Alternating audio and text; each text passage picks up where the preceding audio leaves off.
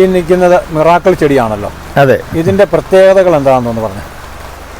ഈ ചെടി ഒരു 6 വർഷം പഴക്കമുള്ള ചെടിയാണ്.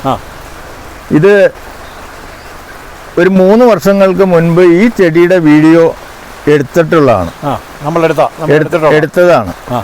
അതിനുശേഷം ഇപ്പോൾ ഇത് 4 വർഷം കായ്ച്ച ചെടിയാണ്.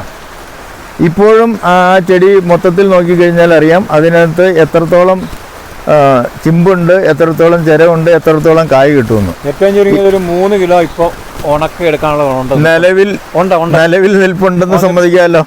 ഇതിനകത്ത് 7 കിലോ കായ് എടുത്തെന്ന് ഞാൻ അന്ന് 3 വർഷങ്ങൾക്ക് മുൻപ് പറഞ്ഞതാ. മനസ്സിലായോ? അതിനുശേഷം വീണ്ടും 3 വർഷം കഴിഞ്ഞിട്ട് നമ്മൾ എടുക്കുമ്പോഴും ഇതിനകത്ത് ഞാൻ പറഞ്ഞ കായിൽ കുറയാത്ത കായ് കിട്ടുമെന്ന് തോന്നുന്നുണ്ടോ നിങ്ങൾക്ക്? അത് നമ്മൾ കാണുമ്പോൾ കാണുന്നതാണ്. ഒരു കൃഷിക്കാരൻ തീരുമാനിക്കുന്നത് എത്ര കിട്ടും എന്നുള്ളത്. മനസ്സിലായോ? അപ്പം ഇതാണ് ആദ്യത്തെ മിറാക്കിൾ ഇലാച്ചി. മിറാക്കിൾ ഇലാച്ചി എന്ന് പറയുന്ന ആദ്യത്തെ വെറൈറ്റിയാണിത്. ഇതിന്റെ വീഡിയോയും അവിടെ നിൽക്കുന്ന അപ്പുറത്ത് നിൽക്കുന്ന ചെടിയുടെയൊക്കെ വീഡിയോയാണ് അന്ന് നമ്മൾ എടുത്തത്. ഇത് എത്ര കിലോ കിട്ടും?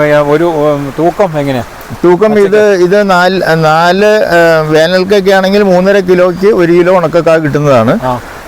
ഇപ്പോഴാണെന്നുണ്ടെങ്കിൽ ഒരു 4.5 കിലോ, അത് മൂത്ത കായ നോക്കി എടുക്കുകയാണെങ്കിൽ 4.5 കിലോയ്ക്ക് കിട്ടും.